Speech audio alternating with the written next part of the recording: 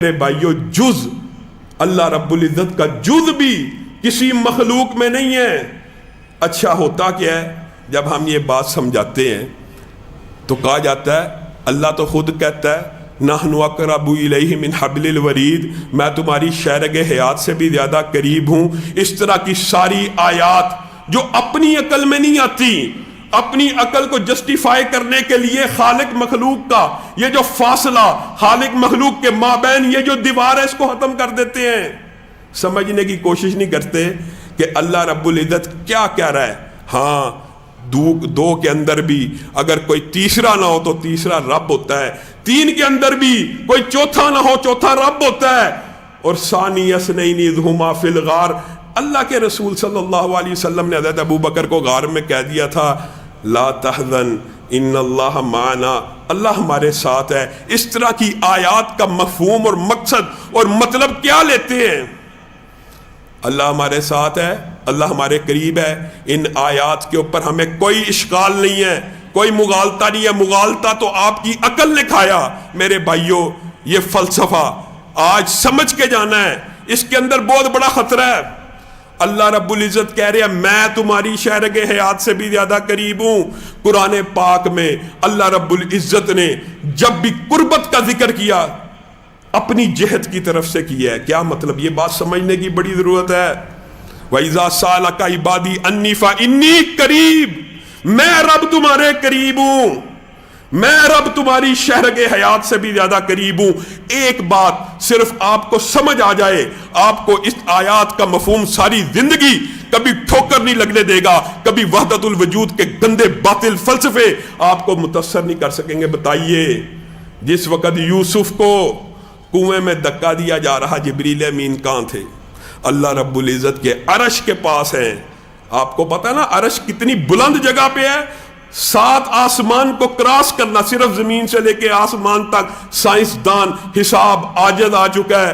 ایک ستارے کی دوری ماپنے کے اوپر ہزاروں لاکھوں کروڑوں نوری سال، 1 ارب 20 کروڑ نوری سال کے اوپر ابھی تک انسانی آنکھ نے دوربین کے ساتھ ایک ستارہ دیکھا ہے۔ 1 ارب 20 کروڑ نوری سال، ان سے اوپر آسمان، اس کے اوپر آسمان، 7ویں آسمان کے اوپر جبریل امین ہے۔ اللہ رب العزت جبریل امین کو حکم دیتے ہیں، یوسف کے بھائیوں نے یوسف کو دھکا دے دیا ہے، میرے یوسف کے پاؤں کنویں کی زمین سے ٹکرا نہ جائیں، ان کو چوٹ نہ لگ جائے، وہ زخمی نہ ہو جائیں۔ 7ویں آسمان کے اوپر جبریل، اللہ کی مخلوق ہے کہ خالق ہیں؟ ایک مخلوق کی رفتار، ایک مخلوق کی چابک دستی، ایک مخلوق کی اطاعت یہ ہے کہ جبریل امین نے 7ویں آسمان سے اپنے پر کو یوسف کے قدموں کے نیچے رکھ دیا۔ بتائیے جہت کہاں سے بیان ہو رہی ہے؟ ہمارے سے تو جہت بہت دور ہے، لاکھوں اربوں کروڑوں نوری سال کا فاصلہ ایک ستارے کا۔ تم خود کہتے ہو، سائنسدان کہتے ہو یہ ہماری طرف سے دوری ہے۔ ابھی مخلوقات میں سے اللہ نے ایسی مخلوق پیدا کی ہوئی ہے، 1 سیکنڈ کے 10ویں حصے میں اس کا پر کنویں کے نیچے آ جاتا ہے۔ آپ ذرا باہر نکلیے، نظر اللہ کی ایک مخلوق ہے، نظر اٹھا کے دیکھیے، ارب ہا ارب، کروڑ ہا کروڑ کلومیٹر کا فاصلہ نظر ایک آن میں طے کرتی ہے۔ کتنی دور کا ستارہ آپ ننگی آنکھ سے دیکھ لیتے ہیں، ایک مخلوق ہے۔ اور میرے بھائیوں، ایک بات یاد رکھو، یہ جو اللہ کہتا ہے نا نحن اقرب الیہ من حبل الورید، یہ اللہ کہہ رہا ہے کہ میں تمہاری شہرگ حیات سے زیادہ قریب ہوں۔ اس میں آپ کو کس قسم کا مغالطہ لگتا ہے؟ اللہ عرش کے اوپر ہوتے ہوئے بھی 1 سیکنڈ کے 1000ویں حصے سے بھی مجھے آپ بتلائیے، یہ جو فاصلہ ہے، یہ جو ٹائم ہے، یہ جو وقت ہے، یہ اللہ کی مخلوق نہیں ہے؟ یہ بھی اللہ کی مخلوق ہے۔ اللہ کی مخلوق، فاصلہ اللہ کی مخلوق ہے۔ یہ فاصلے ہمارے لیے اہمیت رکھتے ہیں، یہ وقت ہمارے لیے اہمیت رکھتا ہے۔ یہ اللہ کے لیے ان فاصلوں کی کوئی حیثیت اور وقت ہی نہیں۔ اللہ کی مخلوقات کے اندر فاصلوں کی حیثیت اور وقت کوئی نہیں۔